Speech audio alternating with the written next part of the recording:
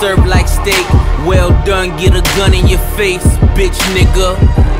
Beef will have you praying to God. Move your kids, have you hiding your mom. Beef is when you hide behind the mother niggas, but they ain't killers, they ain't pulling them triggers. Fuck niggas. What is up, guys? Welcome to another episode of Maximilian Must Know. Today we are looking at what is perhaps my favorite scent of all time, and I mean that.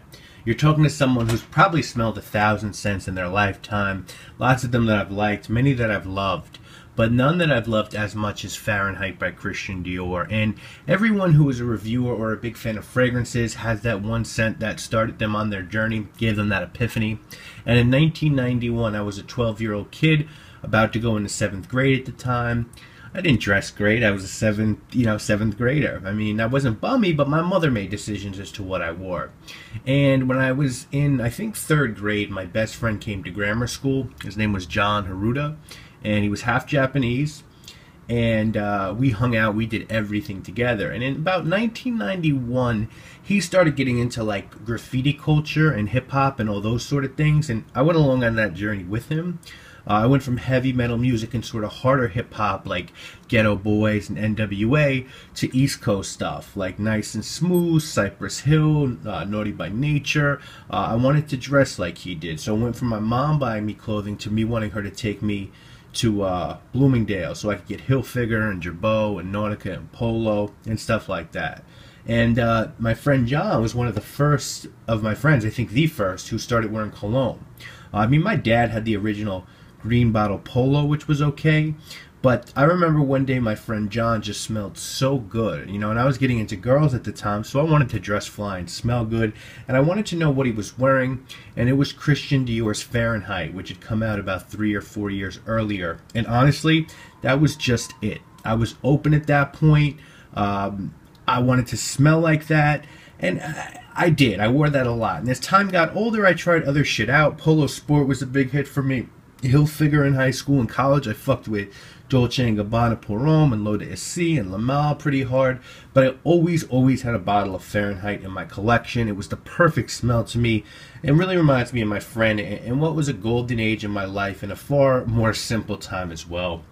And you hear me quite often talk about my admiration for Dior. If you watch my intro video to my videos, there's I talk about Frederic Malle and Dior as really being the houses, because one really got me into fragrances and one really got me into niche. And I think I like Dior so much in the designer realm because I think their fragrances are very close to niche fragrances. And you can look at their male signatures throughout their time, and they've always been of an extremely high quality. I don't love Eau Sauvage, the original. I like the Eau de Parfum release, but you can't argue that Eau de Sauvage is a very high quality, well-made scent. And then they moved on to Fahrenheit and Dior Homme, and all of these were simple but all great men's scents. The consistency has been stunning and completely and totally amazing, but Fahrenheit, in my opinion, is their best work. And it has some pretty darn good flankers as well. Fahrenheit Absolute, Aqua 32, they have a new Parfum coming out. I think they're all worth owning. As of now, I have Absolute, but Aqua and 32 are both on my to purchase list. I have all 3 of the Dior Hommes. There's actually a few more Dior Hommes that are now out. I want to get the Dior Homme Cologne and Dior Homme Eau. And I also have Eau Sauvage Parfum. So yes, Dior is one of the designer brands that I collect, along with Hermes, Chanel, and Yves Saint Laurent, and Mugler. And I'm going to start getting into Guerlain, I think, soon as well.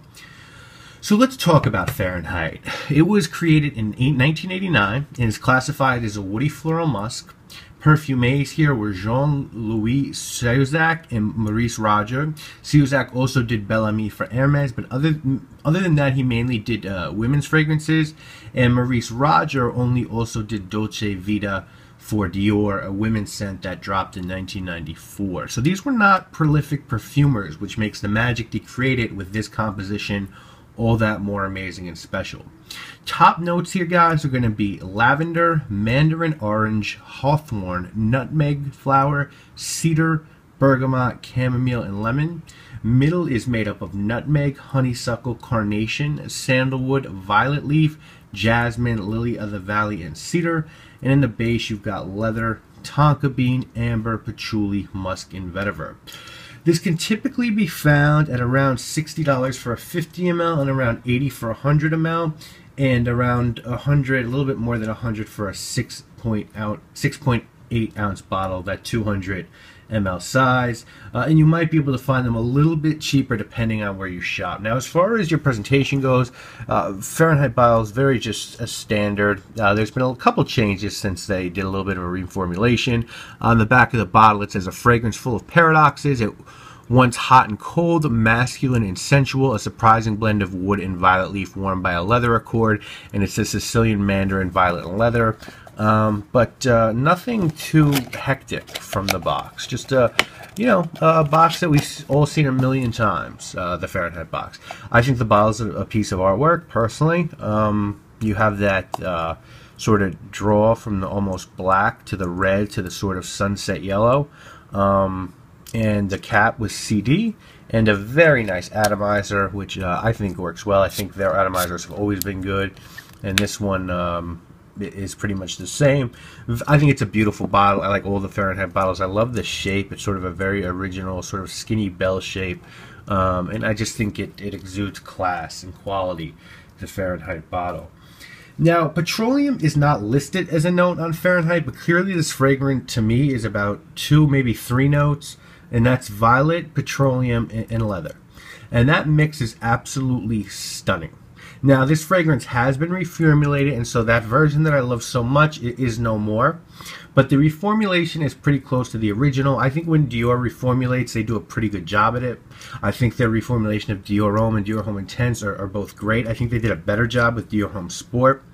So, they do a good job when they reformulate. Now, you're going to get a ton of notes with this fragrance. You'll pick up leather, you'll pick up nutmeg, you'll pick up honeysuckle, you'll pick up lemon, you'll pick up cedar.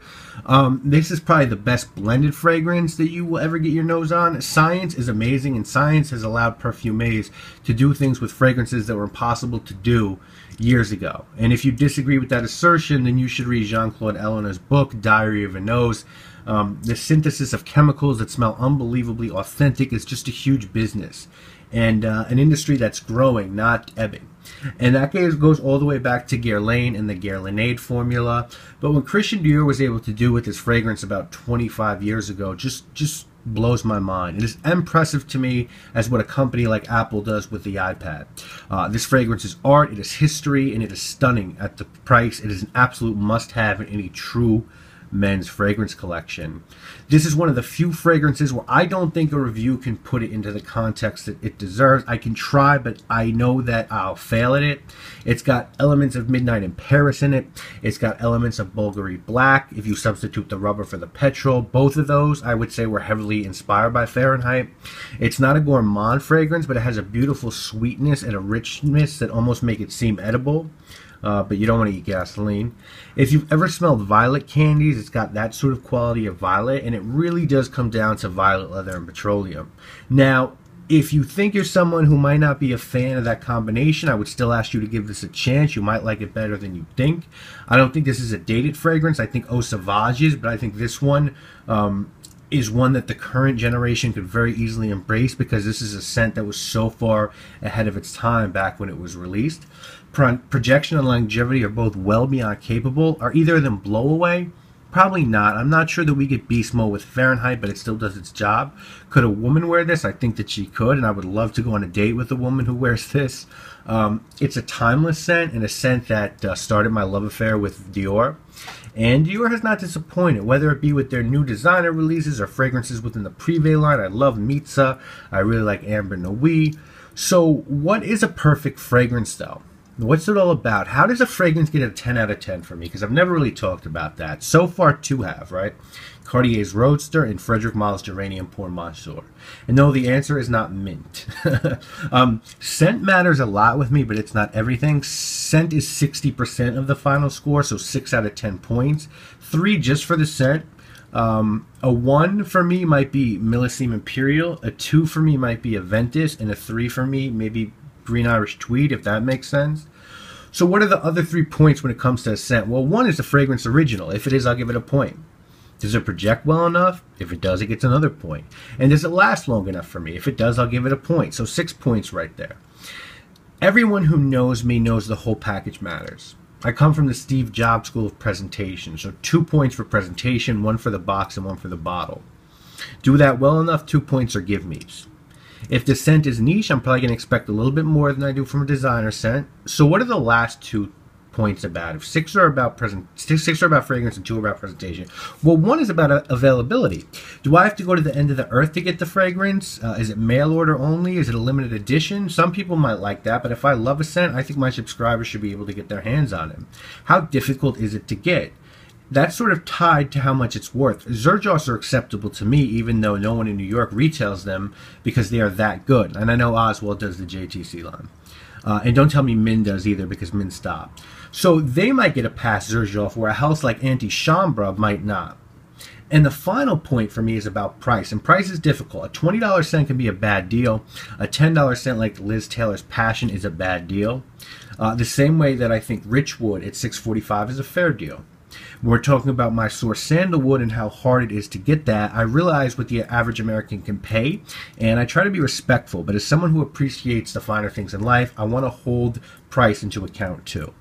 So scent is 60%, presentation is 20%, and availability and price is 20%. That's the secret sauce. And why 2 fragrances get 10 out of 10s? Well, Geranium and Roadster both got perfect scent scores, perfect presentation scores, and perfect ability and price scores at their respective price points. Roadster at about 50 and Geranium Pour Mazur at about 150. Creed often starts from behind because their presentation at $330 leaves something to be desired. Not the bottles, but the boxes. So a lot of thought went into my process. I don't even pick a cereal brand out without thinking it through. So I'm not going to rate a scent without knowing why I'm rating it like that. I don't just go, fuck it 6 or fuck it 10. No, I really think through it. So Fahrenheit may be my favorite scent of all time. 3 points there. Original, projects well and lasts, 6 points. Bottle and box are both adequate. I like the bottle better than the box, as I said, but they absolutely each earn a point. If you can't find Fahrenheit, you probably also can't find your house. And the price is more than fair. I'd pay double for this scent. So if you haven't already figured it out, this is a 10 out of 10 for me. When I started doing this reviews, I figured this would be my first 10 out of 10. But Roadster and Geranium Pour Mazur blew me away. I guess I really do like mint, but I really love Fahrenheit. And this is my favorite fragrance of all time. Anyway, I hope you guys have enjoyed this review. I tried to put a lot into it and really honor this scent that has really done a lot for me in my life. You know, from, I think, bagging girls to giving me confidence to just giving me a lot of enjoyment. I owe a lot to Fahrenheit and Christian Dior. So thank you all so much for watching. I hope you enjoyed this. 2 episodes next week. You already know what it is. I'll talk to you all soon. Damn, that shit even the odds now. You better off selling this hard now. You call it living out your dreams. You can't fly without your wings. You get it.